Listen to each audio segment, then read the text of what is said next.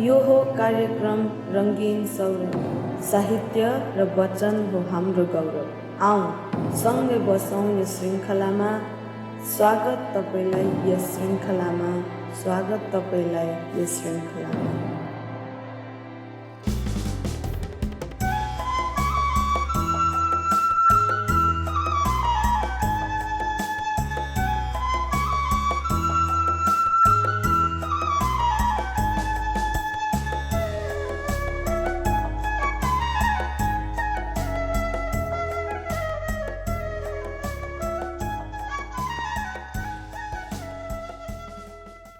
Christie अभिवादन, जय मसीह तथा नमस्कार। नेपाली वाङ्मयमा इसाई साहित्यको पनि साँच्चै महत्त्व छ भन्ने ठहर गरेर नै थोरै बाइबलको वचनसँग जोडेर नेपाली साहित्यिक विधाहरूलाई उठाउँदै आउने विविध रङले सजिएको यो अडियोद्वारा साहित्य उत्थानको उद्देश्य बोकेर थालनी भएको कार्यक्रमको नाम हो रङ्गीन सौरभ। सदा झै आज पनि तपाईँहरूकै माया, प्रेरणा र उत्साहले भरिएर जागरुक भई आइपुगेको छु 8औं श्रृङ्खलामा। र आजको बसाइमा पनि विशेष व्यक्तित्वहरूका साहित्यिक र आत्मिक विविधतालाई पस्किनको निम्ति अदृश्य आवाजबाट शिर झुकाई अभिवादन गर्न र स्वागत गर्न पाएकोमा खुसी व्यक्त गर्दै कार्यक्रम मार्फत मनका कुरा मनदेखि मनसम्म पुर्याउनका निम्ति कृष्ण भण्डारी काइलो युट्युब च्यानलबाट म कार्यक्रम संयोजक तथा प्रस्तोता कृष्ण भण्डारी काइलो यहाँहरूमाझ उपस्थित भएको छु। र आजको बसाइमा भने 8औं श्रृङ्खला शुभारम्भ गर्ने क्रममा काठमाडौँ नेपाल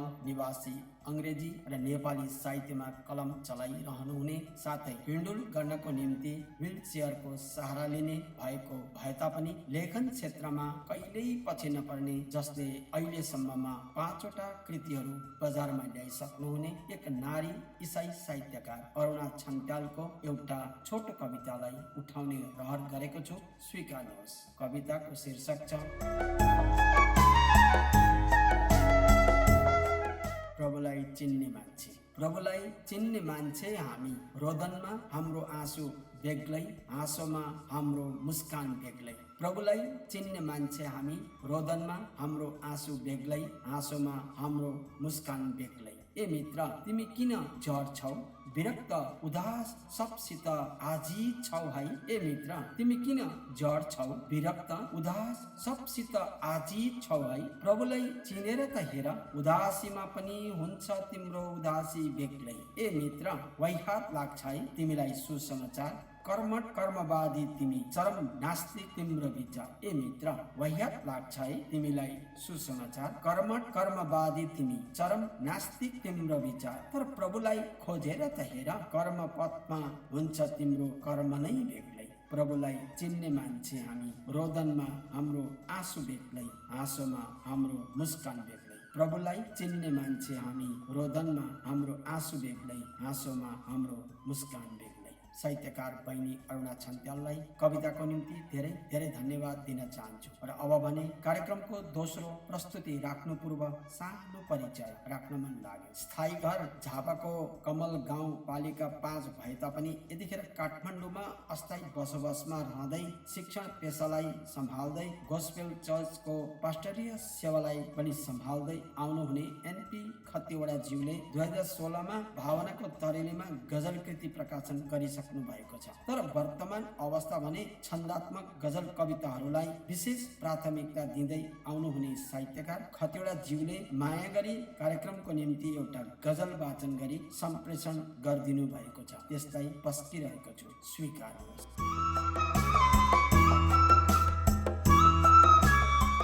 सम्पूर्ण ख्रिस्टीय प्रेमीजनहरूमा साहित्यिक अभिवादन टक्राउन चाहन्छु र यो रङ्गीन सौरभ अनलाइन कार्यक्रम मार्फत मेरो सृजना प्रस्तुत गर्ने मौका दिनुहुने आदरणीय पास्टर कृष्ण भण्डारी काइलो सरप्रति हार्दिक आभार व्यक्त गर्दै म मेरो रचना प्रस्तुत गर्न गइरहेको छु। सुनेर साथ दिनुहोला। केवल येशू ख्रिस्ट मात्र खास हुनुहुन्छ, केवल येशू ख्रिस्ट मात्र खास हुनुहुन्छ, संसारलाई उज्यालो दिने प्रकाश हुनुहुन्छ। धर्मीलाई प्रेम गर्ने, पापीलाई बचाउने, धर्मीलाई प्रेम गर्ने, पापीलाई बचाउने, अधर्मी र पाखण्डीको लागि त्रास हुनुहुन्छ। केवल येशू ख्रिस्ट मात्र खास हुनुहुन्छ, संसारलाई उज्यालो दिने प्रकाश हुनुहुन्छ। आत्मालाई बचाउने, उद्धार मुक्ति दिलाउने, आत्मालाई बचाउने, उद्धार मुक्ति दिलाउने, हराएकाहरूका लागि उहाँ आश हुनुहुन्छ। केवल येशू ख्रिस्ट मात्र खास हुनुहुन्छ, संसारलाई उज्यालो दिने प्रकाश हुनुहुन्छ। बाटो, सत्य र जीवन अनन्तता छ ख्रिस्टमा। बाटो, सत्य र जीवन अनन्तता छ ख्रिस्टमा। देखाउन यी सब कुरा हरदम हाम्रो पास हुनुहुन्छ। केवल येशू ख्रिस्ट मात्र खास हुनुहुन्छ, संसारलाई उज्यालो दिने प्रकाश हुनुहुन्छ। जो सुकैले जे भनोस् मलाई केही छैन, जो सुकैले जे सुकै भनोस् मलाई केही छैन, ख्रिस्ट मात्र मेरो निम्ति अटल विश्वास हुनुहुन्छ। केवल येशू ख्रिस्ट मात्र खास हुनुहुन्छ, संसारलाई उज्यालो दिने प्रकाश हुनुहुन्छ। संसारलाई उज्यालो दिने प्रकाश हुनुहुन्छ। धन्यवाद। साहित्यकार एनपी खतिवडाज्यूलाई लेखन क्षेत्रमा झन बढी अघि बढ्दै जाने शक्ति र ज्ञान परमेश्वरले थप्दै लानुहुनेछ। तपाईँलाई धेरै धेरै धन्यवाद। अबको समय वचनको समय। ओहायो सिन्सिनेटी भित्रको एकता मण्डलीहरूका अध्यक्ष पास्टर प्रदीप दासले आफ्नो आवाजमा आशिषित वचन बोलेर मलाई माया गरी कार्यक्रमको निम्ति सम्प्रेषण गरिदिनु भएको वचनलाई यहाँहरूमा पस्किरहेको छु र यो समय वचनको समय।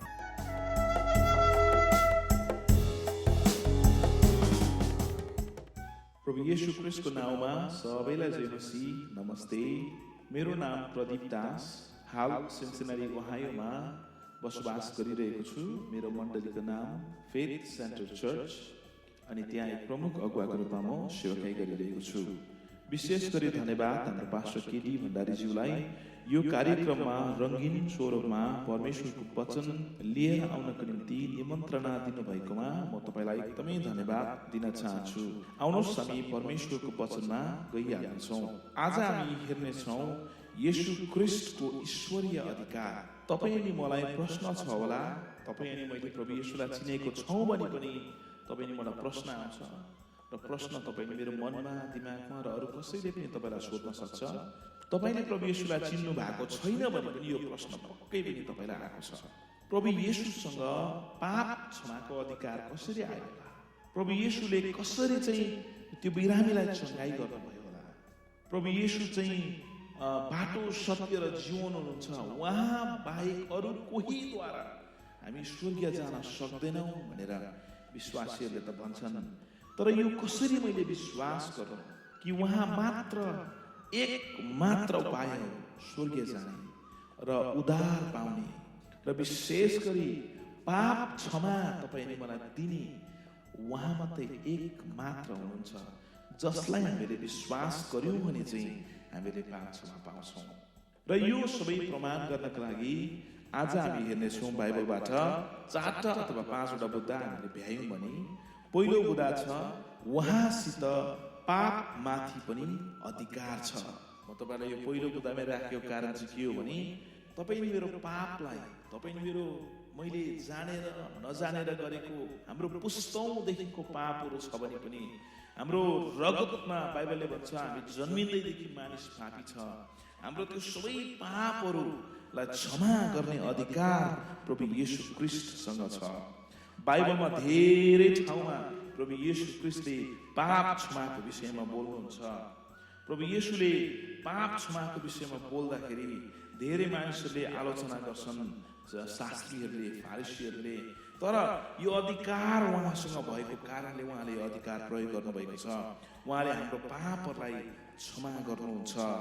र दोस्रो बुँदा चाहिँ he has authority over nature. उहाँसँग प्रकृतिमाथि पनि अधिकार छ।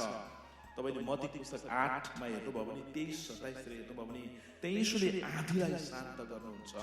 तपाईँको नाउकालाई, डुङ्गालाई लडाउनै आँटिसकेको हुन्छ आँधीले, त्यहाँ चेलाहरू पनि हुन्छन्। प्रभु येशूले आफ्नो मुखबाट बोलेर त्यो आँधीलाई शान्त होस् भन्दा शान्त हुन्छ। अनि यो बाइबलले के प्रमाण गर्छ भने उहाँसँग चाहिँ प्रकृतिमाथि पनि अधिकार छ। तेस्रो नम्बरमा he has authority over sickness. उहाँसँग चाहिँ बिरामी माथि पनि अधिकार छ। बिरामीहरूलाई, रोगीहरूलाई उहाँले चङ्गाई गर्नुहुन्छ। यहाँनिर यशाया 53 को 4 अनुसार त्यही कुरा चाहिँ तपाईँको मत्तीको पुस्तक 8 को 17 मा तपाईँले पाउनुहुन्छ, जुन भविष्यवाणी पूरा भएको छ। उहाँले हाम्रो दुर्बलताहरू लिनुभयो र हाम्रो रोगहरू उठाइरहनु भयो। रोगहरूलाई चङ्गाई गर्ने अधिकार प्रभु येशू ख्रीष्टसँग छ। 4 नम्बरमा he has authority over evil, उहाँसँग खराबीमाथि, दुष्टतामाथि पनि अधिकार छ। दुष्टतालाई हटाउने, दुष्ट आत्मालाई हटाउने अधिकार प्रभु येशू ख्रीष्टसँग छ। 5 नम्बरमा he has authority over death, उहाँसँग मृत्युमाथि अधिकार छ। उहाँले तपाईँको लुका पुस्तक 8 को 40 देखि तल हेर्नुभयो भने यैरसको छोरी एउटा स्त्री 12 वर्षको ठिटीलाई, मरेको ठिटीलाई बिउताउनुहुन्छ, उहाँले जीवित पार्नुहुन्छ। लाजरस 4 दिन मरेको थियो तर उसलाई पनि प्रभु येशूले बिउताउनुहुन्छ, तपाईँको बचाउनुहुन्छ, जोगाउनुहुन्छ, विशेष गरी मृत्युबाट जोगाउनुहुन्छ। उहाँसँग मृत्युमाथिको अधिकार छ। मृत्युले उहाँलाई छेक्न सक्दैन, मृत्युले उहाँलाई रोक्न सक्दैन। प्रभु येशू स्वयं पनि मर्नुभयो हाम्रो निम्ति, हाम्रो पापको निम्ति, अनि 3 दिन पछाडि बौरी उठ्नुभयो। 3 दिन पछाडि मृत्युलाई जितेर उठ्नुभयो। अब यो सबै अधिकारहरू उहाँसँग छ, तर यो अधिकार चाहिँ कहाँबाट आएको होला त? तपाईले मैले विचार गरौँ। यो अधिकार चाहिँ परमेश्वर स्वयंबाट आएको हो। यहाँ तपाईले हेर्न सक्नुहुन्छ, यूहन्नाको पुस्तक 3 को 35 ले भन्छ, पिताले पुत्रलाई प्रेम गर्नुहुन्छ र सबै थोक उहाँकै हातमा दिनुभएको छ। सबै थोक प्रभु येशूको हातमा दिनुभएको छ। मत्ती 28 को 18 ले भन्छ, तब येशू तिनीहरूका आएर भन्नुभयो, स्वर्ग र पृथ्वीमा समस्त अधिकार मलाई दिएको छ। यो बाइबलले के प्रमाण गर्छ भने प्रभु येशू ख्रीष्टसँग समस्त अधिकार छ। तपाईले मैले विशेष गरी बुझ्नुपर्ने कुरा चाहिँ उहाँसँग तपाईले मेरो पाप क्षमा गर्ने अधिकार छ र तपाईले मेरो दुर्बलताहरू हटाउने अधिकार उहाँसँग छ। प्रभु येशूलाई विश्वास गर्नुहोस्। प्रभु येशूसँग पाप क्षमा छ र उहाँ एउटै मात्रै बाटो हुनुहुन्छ स्वर्ग जाने। र उहाँले स्वयंले भन्नुभयो यूहन्नाको पुस्तक 14 को 6 मा, बाटो, सत्य र जीवन म नै हुँ, म बाहेक अरू कोहीद्वारा पिता कहाँ पुग्न सक्दैन। प्रभु येशूले तपाईहरु सबैलाई आशिष गरेका हुन्। येशू ख्रीष्टको नाममा सबैलाई जय मसीह, नमस्ते। यतिखेर तपाईँ कृष्ण भण्डारी काइलो युट्युब च्यानलबाट सञ्चालित रङ्गीन सौरभ कार्यक्रम सुनिरहनु भएको छ र आजको बसाइमा पास्टर प्रदीप दासबाट वचन सुनेका छौँ। उहाँलाई वचनको निम्ति धेरै धेरै धन्यवाद। साथै परमेश्वरले आशिष गर्नु भएको होस्। र अब भने झापाको एक ऐतिहासिक क्षणमा नानीदेखि नै हुर्केर जान्ने भएपछि टिमाई शरणार्थी शिविरबाट अमेरिकाको ढोका उग्रेपछि सोझै ओहायो एक्रोन वासी बन्न पुग्नु हुने, धेरैको मन मुटुमा बसिसक्नु भई छुट्टा छुट्टै एल्बमहरू मार्फत आफ्ना रचित गीतहरू सुनाइसक्नु हुने भाइ भूपेन सुनचिरीले यस कार्यक्रमलाई छुट्याएर एउटा कविता आफ्नो आवाजमा मलाई पठाइदिनु भएको थियो। अब भने यसैलाई यहाँहरूमा पस्किरहेको छु। कविताको शीर्षक छ लाखौं कोष।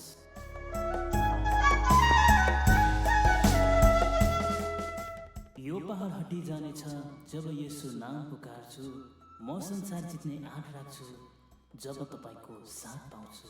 आगोबाट भएर जाँदा तपाईसँग छु, मरुभूमिबाट भएर जाँदा तपाईसँग छु, लाखौं कोष टाढा छु तर तपाईसँग छु, लाखौं कोष टाढा छु तर तपाईसँग छु।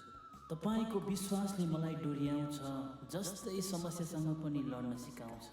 तपाईको विश्वासले मलाई डोर्याउँछ, जस्तै समस्यासँग पनि लड्न सिकाउँछ। पुनरुत्थान मेरो येशूको रगतको पाप रहित मलाई बनाउँछ। पुनरुत्थान मेरो येशूको रगतको पाप रहित मलाई बनाउँछ। होरीबाट भएर जाँदा तपाईसँग छु, पानीबाट भएर जाँदा तपाईसँग छु, लाखौं कोष टाढा छु तर तपाईसँग छु। तपाईको आत्मा मेरो अघि छ, पहिलेबाट शत्रु पराजित छ। यो युद्ध आत्मिक लडाईँको हो, मेरो निम्ति मुकुट तयारी छ। यो युद्ध आत्मिक लडाईँको हो, मेरो निम्ति मुकुट तयारी छ। आगोबाट भएर जाँदा तपाईसँग छु, मरुभूमिबाट भएर जाँदा तपाईसँग छु, लाखौं कोष टाढा छु तर तपाईसँग छु, लाखौँ कोस टाढा छु तर तपाईँसँग छु। भाइ भूपेन सिन्चुरीलाई धेरै धेरै धन्यवाद। र उहाँ गीतदेखि बिस्तारै बिस्तारै अरू विधाहरूमा पनि सर्नु भएको थाहा लागिरहेको छ र उहाँलाई बधाई पनि छ। यति भन्दै गर्दा अब भने दमक 3 झापा नेपालबाट हुनुहुने एक विशेष प्रचारक वीरेन्द्र सुब्बाको एउटा गजल उठाउने रहर मेरो। उहाँले मलाई आफ्नै आवाजमा गजल वाचन गरेर पठाइदिनु भएको छ, त्यसैलाई म यहाँहरूमा उठाइरहेको छु, स्वीकार्नुहोस्। जय मसी तथा नमस्कार, म वीरेन्द्र सुब्बा। आज आदरणीय दाजु कृष्ण भण्डारी काइनद्वारा सञ्चालित रङ्गीन सौरभ कार्यक्रमबाट एउटा गजल उठाउन पाएकोमा दाजुलाई धन्यवाद दिँदै गजल उठाउन चाहन्छु र मेरो गजल यस प्रकार छ, कृपया स्वीकार गर्नुहोला। अनन्तको प्रेम यसुले मलाई लाएपछि, अनन्तको प्रेम यसुले मलाई लाएपछि, दुःख कष्टमा हाँस्न सिके उहाँको वचन खाएपछि। अनन्तको प्रेम यसुले मलाई लाएपछि, दुःख कष्टमा हाँस्न सिके उहाँको वचन खाएपछि। यसुको पछि हिँड्न थाले अब कहिल्यै फर्कदिन, यसुको पछि हिँड्न थाले अब कहिल्यै फर्कदिन, सहारा खोज्दै लडेको बेला यसुले नै उठाएपछि, दुःख कष्टमा हाँस्न सिके उहाँको वचन खाएपछि। यसुको सन्देश सबैलाई सुनाउने प्रचारक अब बनिसके, यसुको सन्देश सबैलाई सुनाउने प्रचारक अब बनिसके, ममा बोल्ने शक्ति उहाँले नै जुटाएपछि, सहारा खोज्दै लडेको बेला यसुले नै उठाएपछि, दुःख कष्टमा हाँस्न सिके उहाँको वचन खाएपछि। जिन्दगी यसरी चल्दैछ यसुसँग सङ्गति गर्दै, जिन्दगी यसरी चल्दैछ यसुसँग सङ्गति गर्दै, सबै थोकलाई त्यागेर सेवा सङ्गतिमा धाएपछि, ममा बोल्ने शक्ति यसुले नै जुटाएपछि, सहारा खोज्दै लडेको बेला यसुले नै उठाएपछि। क्रिस्टको जुवा बोकेर हिँड्न थालिसके अब म, क्रिस्टको जुवा बोकेर हिँड्न थालिसके अब म, दुष्टले कहाँ जित्छ र अब यसुमा रमाएपछि, दुष्टले कहाँ जित्छ र अब यसुमा रमाएपछि, सबै थोकलाई त्यागेर सेवा सङ्गतिमा धाएपछि, अनन्तको प्रेम यसुले मलाई लाएपछि, दुःख कष्टमा हाँस्न सिके उहाँको वचन खाएपछि, सहारा खोज्दै लडेको बेला यसुले नै उठाएपछि। Thank you so much. यो गजल सुनिदिनु भएको लागि यहाँहरू सबैलाई धन्यवाद भन्दै म यस कार्यक्रमबाट बिदा हुन चाहन्छु। जय Masih, bye bye, God bless you. Virendra सुब्बालाई उत्तरोत्तर प्रगतिको प्रार्थना सहित धन्यवाद प्रकट गर्न चाहन्छु। र अब चाहिँ मेरो एउटा रुवाई उठाउन चाहे। रुवाई यस प्रकार छ, स्वीकार्नुहोस्। शालीन र साधारण जीवन शैली नै आजको माग हो, ख्रिस्टको शरीर बन्नलाई उहाँको पाल सार्नु नै मान हो। शालीन र साधारण जीवन शैली नै आजको माग हो, ख्रिस्टको शरीर बन्नलाई उहाँको पाल सार्नु नै मान हो। कतै चित्कार छ कतै पर्खाल ध्वंस भइरहेछ यो हेरौँ, कतै चित्कार छ कतै पर्खाल ध्वंस भइरहेछ यो हेरौँ, आँखा रोएर राता भए पनि प्रेममा सँगै बढ्नु गुणगान हो। आँखा रोएर राता भए पनि प्रेममा सँगै बढ्नु गुणगान हो। शालीन र साधारण जीवन शैली नै आजको माग हो, ख्रिस्टको शरीर बन्नलाई उहाँको पाल सार्नु नै मान हो। मनमा उठेर लेखेको थिएँ, आज वाचन गरे, तपाईँहरूले सुनिदिनु भयो, धेरै धेरै धन्यवाद। आजको बसाइमा विभिन्न आफ्नो ठाउँबाट